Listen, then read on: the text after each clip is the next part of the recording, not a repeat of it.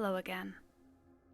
You might remember me from a story I posted here about a year ago, concerning the strange and frightening circumstances surrounding the disappearance of the old Garrity woman back in 2014. Yeah, it's me, the small-town Minnesota cop. I told you in my last post that the Garrity case was the scariest thing that ever happened to me, and that apart from that, nothing much out of the ordinary has ever happened to me in the course of a mostly uneventful and rather dull career enforcing the law in a rural, middle-of-nowhere hick town most of you have probably never even heard of. Well, until about a week ago, that was mostly true. Mostly. But, in the light of recent circumstances, I feel like I have a new story I have to share with you. But first, I have to back up a bit and tell you about something that happened about 3 years ago. It was a strange thing, but at the time I wrote the first story, it hardly seemed important enough to warrant mentioning. Cops get used to dealing with all kinds of weirdos, people reporting and confessing to false crimes and things of that sort.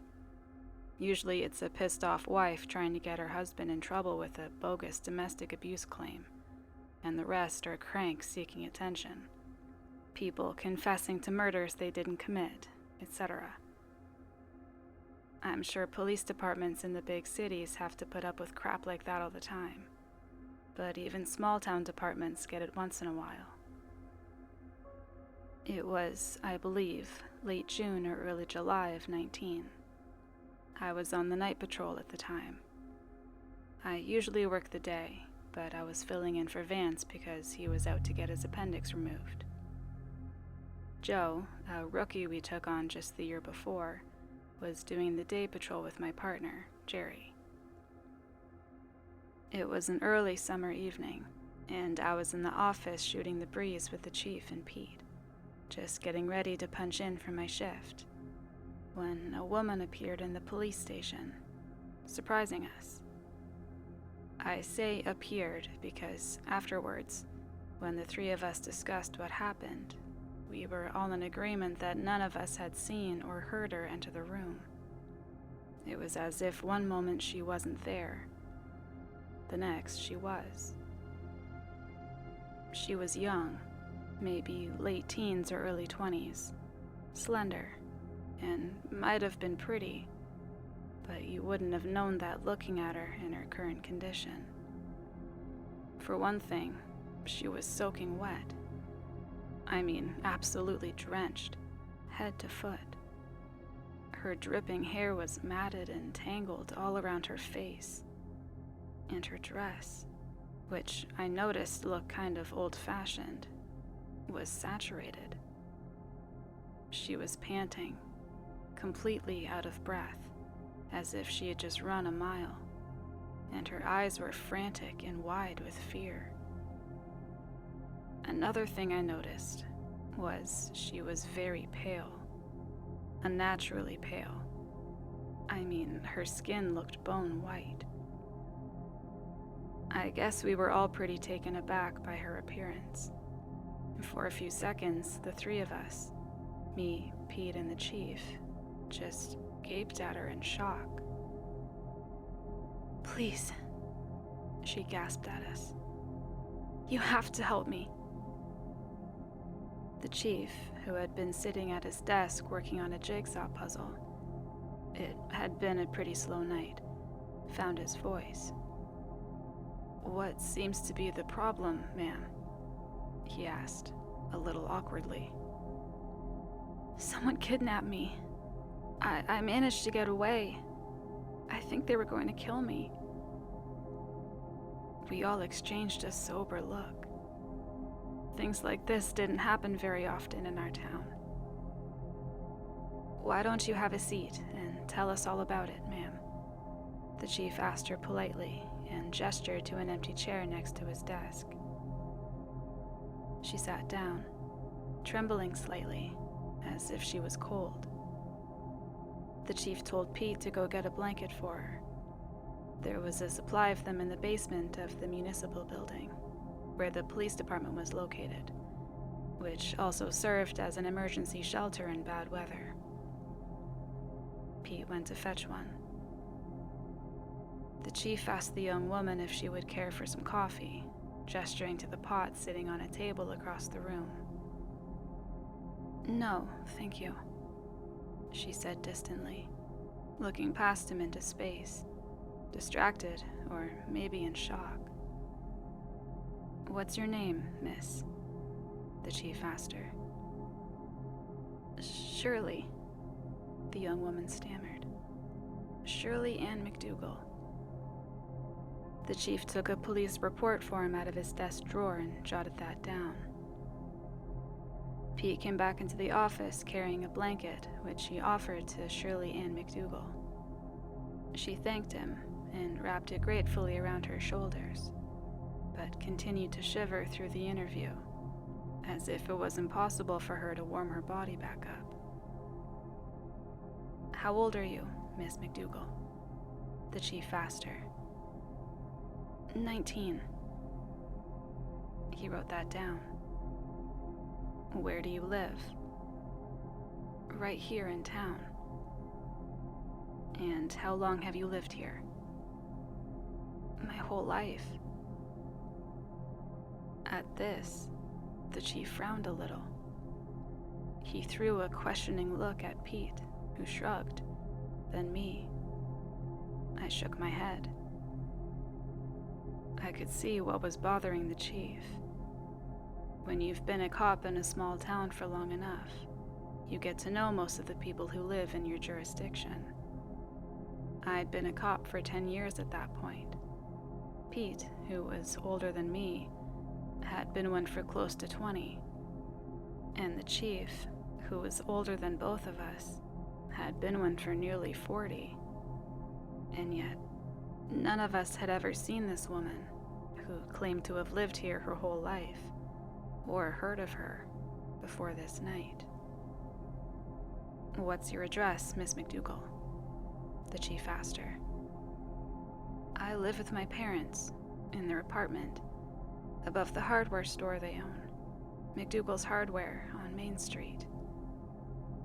That was when I knew there was something really off about this whole deal. There was no McDougal's Hardware on Main Street. In fact, I had never heard of anyone named McDougal ever living in the area. The chief was looking at Shirley strangely, but he continued doing it by the book and didn't miss a beat. "Now, Miss McDougal, you can call me Shirley," she interrupted softly, still staring off vacantly at nothing in particular. "Shirley, why don't you tell us exactly what happened tonight?" So she told us, and her story only got stranger and stranger. "I was coming back home from the movies. Me and my friends had gone to see the new Martin and Lewis comedy at the Mayan." "Whoa," Pete interrupted her at that point, raising his hand. "I'm sorry, you say you went to the Mayan?" "Yeah, to see Martin and Lewis." "Martin and who?" "You know, Dean Martin and Jerry Lewis. We went to see their new film, Partners. It just opened last week." Pete met eyes with me. The look on his face was a combination of confusion and bewilderment. He mouthed the words, "What the fuck is going on?" at me. Shirley went on. "Anyway, I was walking back home to my parents, and I stopped at Beckman's drugstore to get a chocolate malt first." Beckman's drugstore? That rang a bell somewhere in some distant corner of my memory. I dug for it, and after a moment, it came back. Beckman's had been a pharmacy here in town when I had been a little kid. An independent, family-run drugstore complete with an old-time soda fountain like something you would have seen back in the 1950s.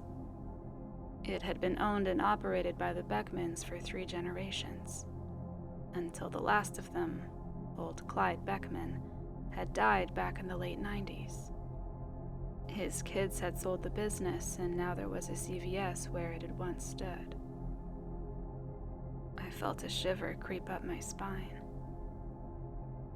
I was going into the store, but a man approached me outside.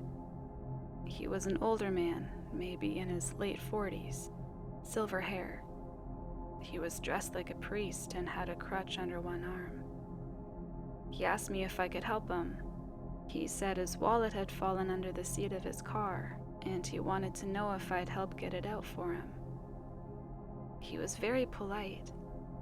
He seemed harmless, and I felt sorry for him because of the crutch. He led me over to his car. "What kind of car was it, Shirley?" The chief interrupted her. She thought about it for a few seconds. I think it was a Buick. Yeah, it was a dark Buick. A couple years old, maybe a 53 or 54. A 1953 or 1954 Buick that, according to Shirley McDougal, was only a couple years old. What the fuck was this? Was this chick on something? Was she nuts or pulling some stupid prank? I searched her face, trying to detect a lie, but she seemed genuinely shaken up by whatever she'd been through. "Did you see a license plate, Shirley?" the chief asked her. I just caught a glimpse as we were going around it. I didn't see the numbers, but I noticed it was an out-of-state car. I think the license plate said Oklahoma. "Then what happened, Shirley?" The chief prodded her gently. I knelt down and was feeling beneath the driver's seat for his wallet.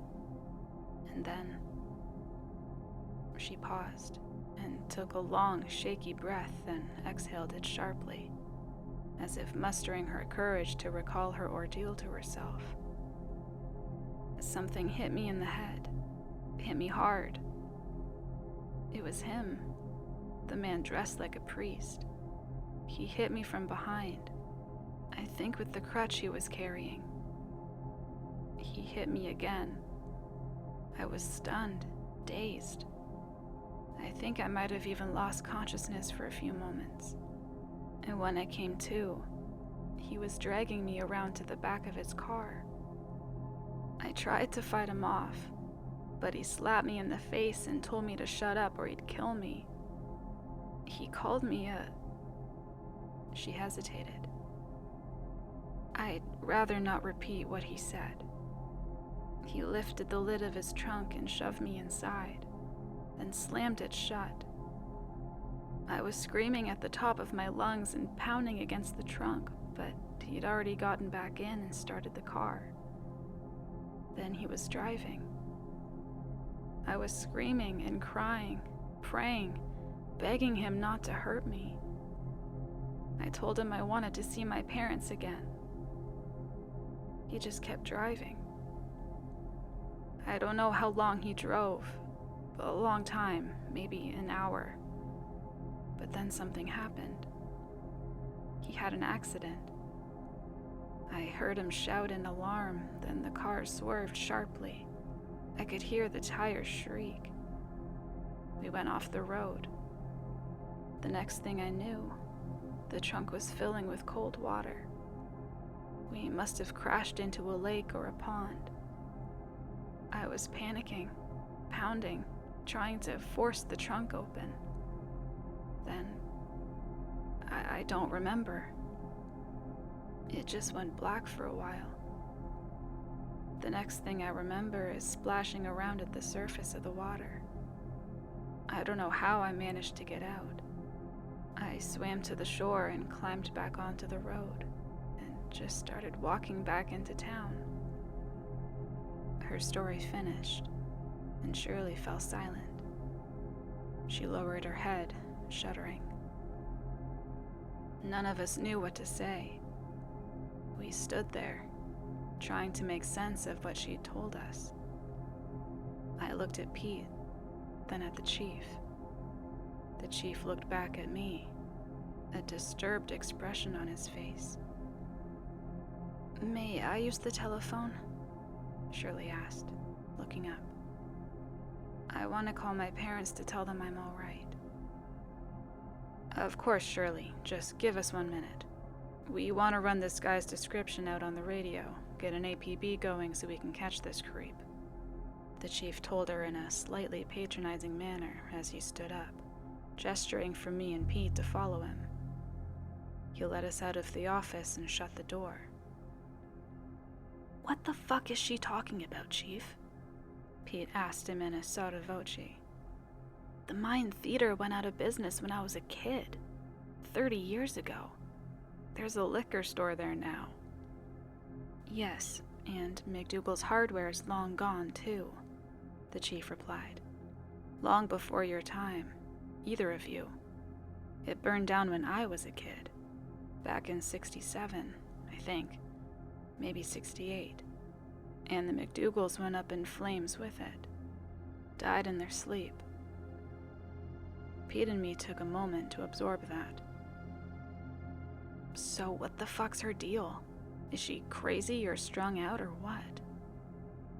The chief shrugged. Who knows? Maybe something really did happen to her tonight, and the trauma caused a psychotic episode. Dissociative identity disorder, or whatever they call it. He opened the office door and motioned us back in. Shirley McDougal, or whatever her name really was sitting beside the chief's desk. She looked up as we re-entered. Can I call my parents now? She asked urgently as the chief sat back down. They must be worried sick about me. Shirley, the chief said, staring at her thoughtfully. Who's the current U.S. president? She blinked at him. What? Dwight Eisenhower. What's that have to do with anything? The chief looked at her for what seemed like a long time. Shirley, he asked her softly, do you know what year it is? She gave him a puzzled look. Excuse me? Do you know what year it is? 1956. Why do you ask? No, Shirley, he said gently, looking at her with compassion. It's not 1956. It's 2019. 1956 was 63 years ago. She looked at him, confused. 2019? What are you talking about? Are you crazy? Look at the calendar behind me, Shirley, he told her, pointing at the bulletin board on the wall above him. Looking at him suspiciously, Shirley stood and approached the calendar. She stood directly in front of it, staring for some time. Then she backed away, her eyes widening in disbelief. No, this is some sort of trick. It has to be, she stammered, terrified and confused. Shirley, the chief said, pointing at the computer on his desk. Have you ever seen one of these before? But Shirley ignored him. Her attention had shifted to a large map of the United States on the opposite wall. She stepped up to it, studying it intently. Hawaii and Alaska, she muttered quietly to herself. She moved to the window and looked outside at the parking lot. The cars, she said, her voice rising in panic. What's wrong with the cars? Why do they look so different? We stood by the chief's desk, just watching her, dumbfounded and not knowing how to react. Shirley turned to face us, beginning to shudder. She fell to her knees, clutching her midsection, her breath heaving in and out like she was hyperventilating. I think I'm gonna be sick, she uttered in a low, choked voice. Please, show me where the ladies' room is, I'm gonna be sick." Pete looked to the chief, who nodded, grim-faced. Pete helped Shirley to her feet and escorted her out of the office. He looked back at us and Chief mouthed at him, "Keep an eye on her." Pete nodded, then they stepped through the door and out of sight. A long, awkward moment of silence passed with the chief sitting at his desk, distractedly toying with a piece of his jigsaw puzzle, and me standing there, both of us trying to wrap our heads around what had just happened. The entire encounter, from the moment the soaking wet woman had entered the police station to when Pete had taken her to use the restroom, had lasted no more than 20 minutes. I finally broke the silence, forcing out a nervous laugh to try to lighten the mood. "Weird night, huh?" I said to the chief. He just grunted in response, seeming preoccupied with something. "So, who should we call? The state cops or the hospital?" I asked. He didn't answer me. He was still lost in thought, staring intently straight ahead. "What's on your mind, Chief?" "Something that just dawned on me a couple minutes ago, just when Pete and her were leaving." He looked at me, troubled. 1956 was 2 years before I was born, but McDougal's hardware store was still in town until I was 9. My parents used to do business with the McDougals, and I remember something from when I was a kid, overhearing my parents talking. Something about the McDougals having a daughter that vanished under mysterious circumstances. I looked at him. "Come on, Chief. You're not telling me you're actually buying into this thing, are you?" "It wouldn't be the first time something strange has happened in this town," he said, giving me a pointed look. "I think you know what I'm talking about." I didn't answer him, but I did know what he was talking about. In my mind, I saw images I cared not to remember. A blood-spattered motel room, sheets torn from the bed, bloody claw marks on a carpet trailing off and stopping abruptly at an empty closet. I shuddered at the memory. Suddenly, there was a commotion from down the hall. Pete was yelling for both of us to come quick. "Shit, what now?" I muttered as we hurried out of the office. Pete was standing down the hall, just outside the women's restroom. He looked rattled. "She's gone," he said as we got closer. "What the hell do you mean she's gone?" the chief demanded. "See for yourself," Pete answered and pushed open the restroom door. We looked in. All 3 stalls were standing with their doors open, vacant. The chief turned to Pete. "Well, where the hell did she go? I thought you were watching her." "Hey, Chief, I was standing right here outside the whole time. I swear it," Pete insisted, looking anxious and scared. He muttered something to himself, something I couldn't quite make out. I asked him to repeat it. He looked at me. I'd never seen Pete look so frightened before in my life. I said, "She was cold." When I was helping her up to go to the restroom, my hand touched her arm. It was so cold. It was like touching the skin of a corpse. The chief shot me a grim look, which I reciprocated, feeling a stirring of fear in the pit of my stomach. This was too much like what had happened back in 14. The chief and I entered the women's room and looked around. There wasn't much to see and no obvious place to hide. 3 empty stalls and a sink. There was a small window directly above the sink, and I approached it, certain I was going to find it locked. But the latch was unfastened. I felt a weird sense of relief at that this avenue of denial, this fallback position of logical explanation, hadn't been blocked. Because otherwise... "Chief," I said. "Windows unlocked." "Outside, quick," he ordered me. Me and Pete hastily followed him down the hallway to the main entrance of the municipal building.